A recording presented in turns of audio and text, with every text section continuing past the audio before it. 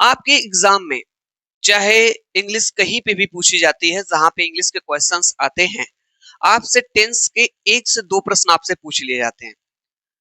प्रश्न कैसे पूछते हैं? जैसे कोई भी इंग्लिश का सेंटेंस दे दिया जाता है और आपसे पूछा जाता है, ये जो सेंटेंस है ये किस टेंस का है, प्रेजेंट का है कि पास्ट का है कि फ्यूचर का है। जैसे मैं यहाँ पे एक सेंटेंस लिख रहा हूं, आप लोग बताइएगा इसका टेंस कौन सा है। जैसे हमने लिखा I do not read book, I do not read a book. ठीक है, आपको बताना है ये कौन सा टेंस है, क्या आप बता सकते हैं? जैसे एक सेंटेंस और हमने लिखा यहाँ पे, you will not be eating mango. ये आपका सेंटेंस है, क्या आप बता सकते हैं कि ये कौन सा टेंस है? एक और सेंटेंस लिख लेते हैं, we did not do our homework. ये सेंटेंस है, क्या इसको भी बता सकते हैं देख करके कि कौन सा टेंस है? तो अगर आप नहीं, किसी सेंटेंस को देख करके अगर आप नहीं पहचान पाते हैं कि कौन सा टेंस है, तो मैं आपको बता दूं, बस कुछ समय तक इस क्लास को देखिए, आप डेफिनेटली अभी आप खुद बताएंगे, आप ही बताएंगे कि ये कौन सा टेंस है।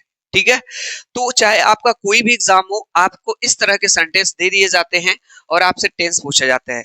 अगर आप भी यूपीटीटी 2026 एग्जाम के लिए तैयारी कर रहे हैं, अगर आपने इंग्लिश सब्जेक्ट लिया, अगर नहीं भी लिया है, तो आप जानकारी के तौर पे इसको आप पढ़ सकते हैं और देख सकते हैं, चाहे किसी भी एग्जाम के लिए आप तैयारी कर रहे हैं। तो चलिए देखते हैं कि सर कैसे पहचानेंगे कि हमारा कौन सा टेंस है, किस टेंस का वाक्य है।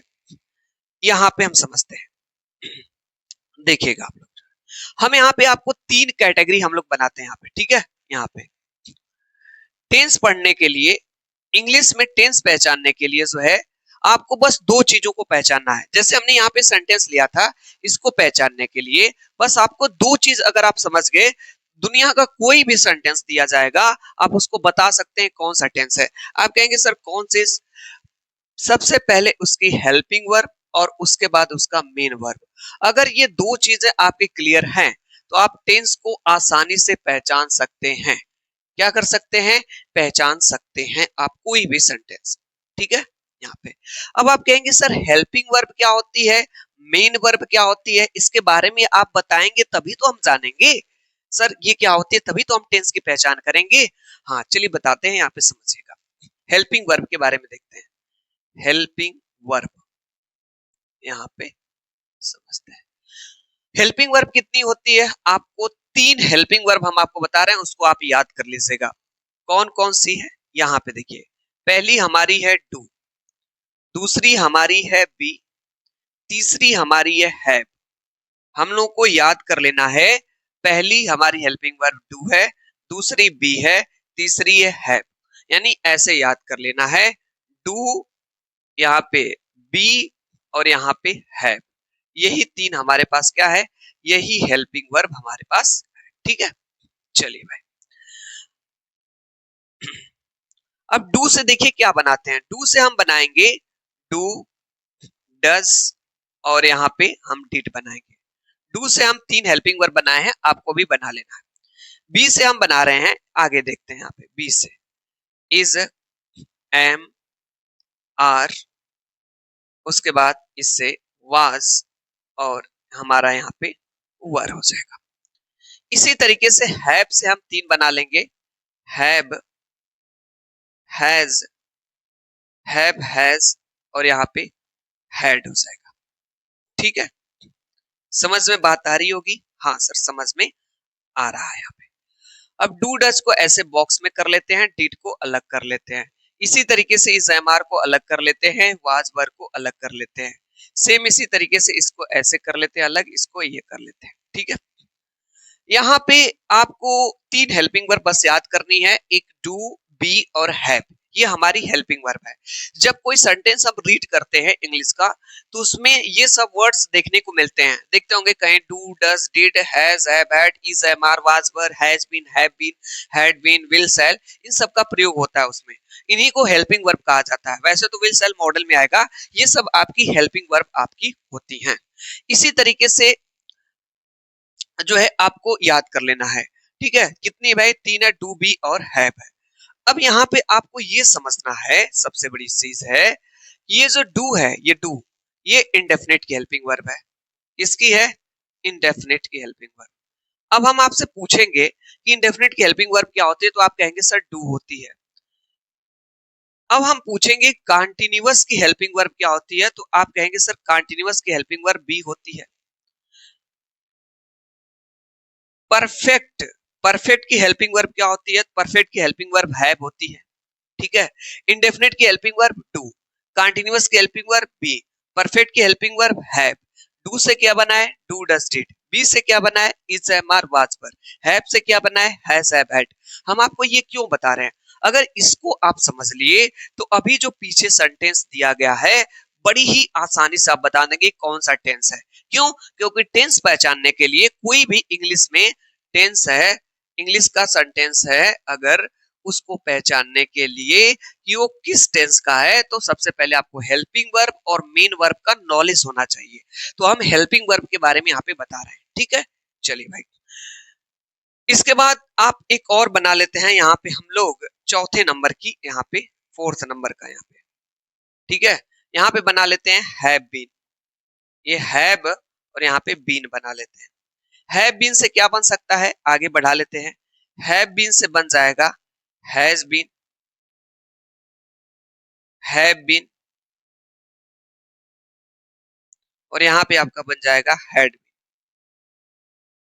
ठीक है, चलिए भाई। अब आप कहेंगे सर आप तो बता रहे हैं कि इंडेफिनिट या की हेल्पिंग वर्ब क्या होती है? डू होती है। कॉन्टिन्यूअस की हेल्पिंग वर्ब सर बी बता रहे हैं। परफेक्ट की हेल्पिंग वर्ब सर हैव बता रहे हैं। तो ये सर किसकी हेल्पिंग वर्ब है? तो देखिए हैव किसका होता है? परफेक्ट का। और बी किसका होता है? कॉन्टिन्यूअस का। तो ये हमारे पास है परफेक्ट कॉन्टिन्यूअस की, परफेक्ट कॉन्टिन्यूअस की हेल्पिंग वर्ब। परफेक्ट कॉन्टिन्यूअस की हेल्पिंग वर्ब आपकी हैव भी होती है। ठीक है, बात समझ में आ गई होगी। बस आपको हेल्पिंग वर्ब 3 याद करना है, डू, बी और हैव। डू से डू, डज, डिड, बी से is, am, are, was, were, have से has been, has, have, had, और हैव बीन से हैज बीन, हैव बीन और हैड बीन। अब मैं एक चीज यहाँ पे बता रहा हूँ, इन सभी हेल्पिंग वर्ब्स का टेंस कितने प्रकार के होते हैं? टेंस 3 प्रकार के हमारे पास होते हैं। कौन कौन से यहाँ पे भाई? टेंस हमारे पास 3 प्रकार के होते हैं। एक प्रेजेंट होता है, दूसरा हमारे पास पास्ट होता है, तीसरा हमारे पास फ्यूचर होता है। 3 टेंस होते हैं। अभी हम फ्यूचर को छोड़ दे रहे हैं, सिर्फ प्रेजेंट और पास्ट की बात कर रहे हैं। किसकी बात कर रहे हैं? प्रेजेंट और पास्ट की बात कर रहे हैं। ठीक है, आप बताइए हमको प्रेजेंट और पास्ट में किसकी स्पेलिंग बड़ी है? आप कहेंगे सर प्रेजेंट की स्पेलिंग बड़ी है, ये पास्ट से बड़ा दिख रहा है स्पेलिंग में। दिख रहा है कि नहीं दिख रहा है? तो आपको करना क्या है? अब इनका बंटवारा करना है हेल्पिंग वर्ब का। कुछ हेल्पिंग वर्ब प्रेजेंट को देनी है, कुछ हेल्पिंग वर्ब पास्ट को देनी है। तो कौन बड़ा है भाई? कहेंगे सर प्रेजेंट बड़ा है। तो यहाँ पे डू डज किसको दे देंगे? प्रेजेंट को दे देंगे। डू डज किसको दे देंगे? प्रेजेंट को। डिड किसको दे देंगे? पास्ट को दे देंगे। ठीक है, उसी तरीके से यहाँ पे इज, एम, आर और वाज, वर है। इज, एम, आर 3 लोग हैं, ये प्रेजेंट को दे देंगे। सर इसकी स्पेलिंग बड़ी है प्रेजेंट की। ये किसको दे देंगे? पास्ट को दे देंगे हम, पास्ट को। ठीक है, इसी तरीके से ये हैज, हैव है, ये क्या हो जाएगा? प्रेजेंट को दे देंगे। और ये हमारे पास हैड है, ये पास्ट को दे देंगे। सेम उसी तरीके से ये हैज बीन और हैव बीन प्रेजेंट को दे देंगे, और यहाँ पे हैड को किसको दे देंगे हम लोग? पास्ट को दे देंगे। ठीक है, मैं आपको हेल्पिंग वर्ब याद करने के लिए बता रहा हूं यहाँ पे। ठीक है, चलिए भाई देखिए समझते हैं। अब आप ध्यान से समझिएगा। यहाँ पे ये जो डू है, ये इंडेफिनिट की हेल्पिंग वर्ब क्या होती है? इंडेफिनिट की डू होती है। डू से क्या बना है? Do, does, did. तो डू और डज किसके पास है? प्रेजेंट के पास है। और ये डू और डज किससे बना है? आप कहेंगे सर प्रेजेंट इंडेफिनिट डू से बना है। और डू मींस क्या होता है? इंडेफिनिट की हेल्पिंग वर्ब है। तो डू और डज ये है प्रेजेंट इंडेफिनिट की हेल्पिंग वर्ब हो जाएगी। किसके हो जाएगी? प्रेजेंट इंडेफिनिट की हो जाएगी। डिड किसका हो जाएगा? Past indefinite. भाई ये डू डज डिड किससे बना है? डू से ही बना है, और डू से ही तो बना है, और ये किसके हेल्पिंग वर्ब है? इंडेफिनिट की है, तो सबके आगे इंडेफिनिट लग जाएगा, दोनों का आगे। इसी तरीके से बी से बना है is am are, was were बना है, तो इज एम आर प्रेजेंट में, वाज वर पास्ट में है, तो ये बने किससे है? बी से। और बी किसके हेल्पिंग वर्ब है? कंटीन्यूअस का। इसका मतलब ये हो जाएगा प्रेजेंट कंटीन्यूअस, और ये हो जाएगा पास्ट कंटीन्यूअस। ठीक है, तो प्रेजेंट कंटीन्यूअस के helping verb is am are, past continuous के helping verb was were. Same वही कंडीशन। हैव किससे बना है? हैव किसके हेल्पिंग वर्ब है? परफेक्ट की। और हैव से बना है हैज, हैव और हैड, तो ये हो जाएगा प्रेजेंट परफेक्ट, और ये क्या हो जाएगा? पास्ट परफेक्ट हो जाएगा।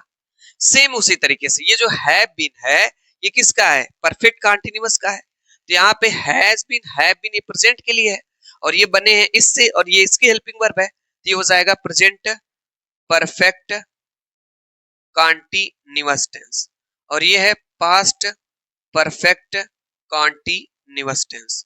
सभी की सभी हेल्पिंग वर्ब आपको यहाँ पे हमने बता दिया। ठीक है, प्रेजेंट और पास्ट की। कैसे? प्रेजेंट इंडेफिनिट की मान लीजिए आपको हेल्पिंग वर्ब बतानी है, आप नहीं सोच पा रहे हैं कि सर प्रेजेंट इंडेफिनिट की हेल्पिंग वर्ब क्या होगी, तो सिर्फ सोचिए कि इंडेफिनिट की हेल्पिंग वर्ब क्या होती है। इंडेफिनिट की याद हो गई कि नहीं? हाँ सर इंडेफिनिट की याद है। नहीं याद हो तो यहाँ पे देखिए इंडेफिनिट में डी ई लगा है, तो डी ई मतलब डू, याद करने के लिए। तो इंडेफिनिट की हेल्पिंग वर्ब सर डू होती है। डू से हम लोग क्या बनाए हैं? डू डज डिड बनाए हैं। डू से क्या बनाए हैं? डू डज डिड बनाए हैं। सर डू डज प्रेजेंट को दिए थे, इसलिए प्रेजेंट इंडेफिनिट की हो जाएगी। सर डिड पास्ट को दिए थे, इसलिए पास्ट इंडेफिनिट हो जाएगी। फिर आ गया बी, क्या आ गया? बी। बी से क्या बनाते हैं? इज एम आर और was were. Sir is am are present को दिए हैं, वाज वर पास्ट को दिए हैं, और सर ये इज एम आर किससे बना है? बी से, और बी किसकी हेल्पिंग वर्ब है? कंटीन्यूअस की, तो is am are present continuous और वाज वर पास्ट कंटीन्यूअस। जैसे मैं आपसे पूछ दूं कि सर प्रेजेंट परफेक्ट की हेल्पिंग वर्ब क्या होगी, तो मैं ऐसे नहीं सोचूंगा कि सर प्रेजेंट परफेक्ट याद करूंगा, नहीं नहीं, मैं पहले सोचूंगा कि परफेक्ट की हेल्पिंग वर्ब क्या हो रही है। सर परफेक्ट की हेल्पिंग वर्ब मुझे याद है, हैव होती है। क्या होती है? हैव होती है। और हैव से मैं सोचूंगा क्या बनाया हूं, हैव से बनाया हूं हैज, हैव और हैड। तो हैज और हैव किसको दे दिया हूं? प्रेजेंट को। हाँ सर प्रेजेंट परफेक्ट हो जाएगा। और हैड क्या हो जाएगा? Past perfect. तो इस तरह से आपको सोचना है। जैसे मान लीजिए मैं आपसे पूछूं यहीं पे कि आप लोग ये बताइए, ये डू किसका है भाई? इंडेफिनिट का है, याद हो जाएगा। ये बी किसका है? कंटीन्यूअस का। ये किसका है? परफेक्ट का हो जाएगा। मैं आपसे पूछूं कि प्रेजेंट परफेक्ट कंटीन्यूअस की हेल्पिंग वर्ब क्या होगी, तो मैं पहले प्रेजेंट की नहीं सोचूंगा, मैं सोचूंगा परफेक्ट कंटीन्यूअस की हेल्पिंग वर्ब क्या थी।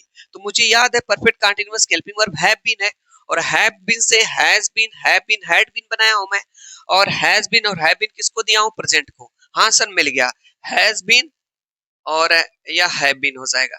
इस तरह से आप सोचेंगे तो चीजें आप क्लियर कर पाएंगे। देखिए थिंक आपको करना है, सोचना आपको है आसानी से। अगर ये चीज आप समझ लिए तो आप आसानी से टेंस समझ सकते हैं, बता सकते हैं कौन सा टेंस है।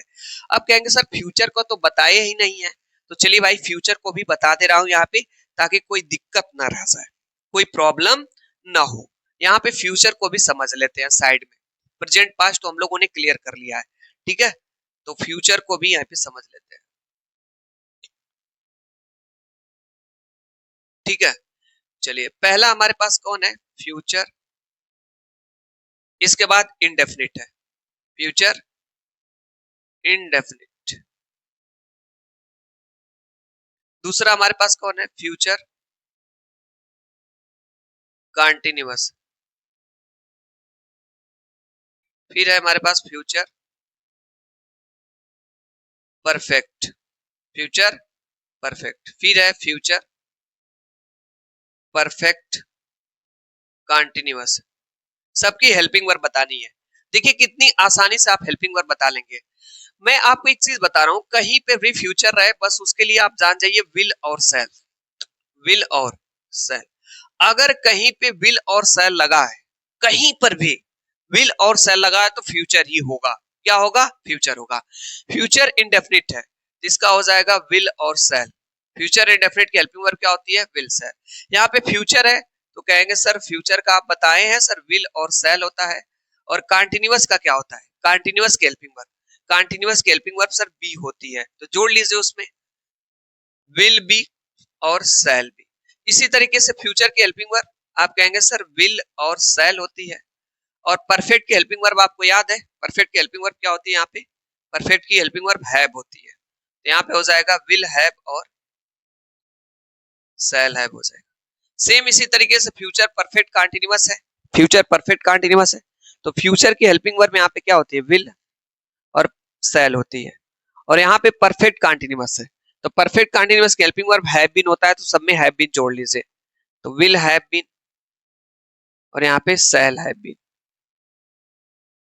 ठीक है, एकदम क्लियर हो गया होगा भाई, एकदम क्लियर है भाई।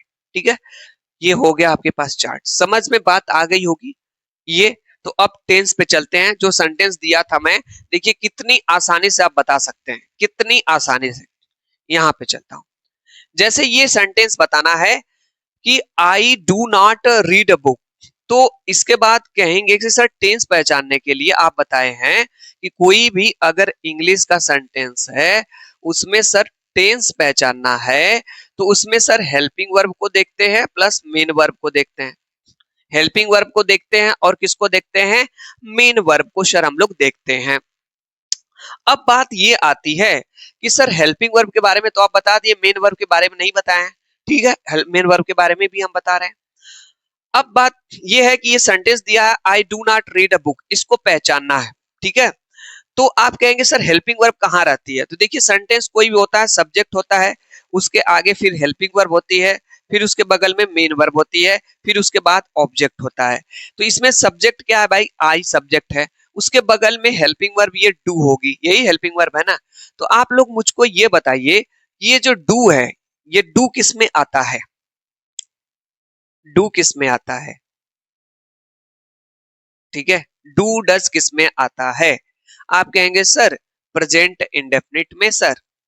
अरे भाई डू से डू इंडेफिनिट में आता है, यहीं पे तो लिखे हैं, देखिए डू किस में आता है, इंडेफिनिट में आता है, और डू से बना है डू डज डिड, और डू और डज किस में आता है, प्रेजेंट इंडेफिनिट में। तो हो गया हमारा ये टेंस, प्रेजेंट इंडेफिनिट टेंस हो जाएगा, आराम से पहचान सकते हैं। यहां दिया है you will not be eating a mango, यहाँ पे विल दिया है, तो मैंने बताया कहीं पे भी विल और सेल आएगा तो फ्यूचर होगा, तो ये सबसे पहली बात तो ये फ्यूचर हो गया। इसके बाद यहाँ पे बी आया है, बी, तो देखिए बी किस में आता है, एक मिनट भाई आगे चलते हैं। बी किस में आता है, बी किसकी हेल्पिंग वर्ब, कंटीन्यूअस की, तो ये हो जाएगा आपका फ्यूचर। अभी बता रहा है सर ये continuous, future continuous tense, very good, पहचानने में बहुत आसानी हो गई।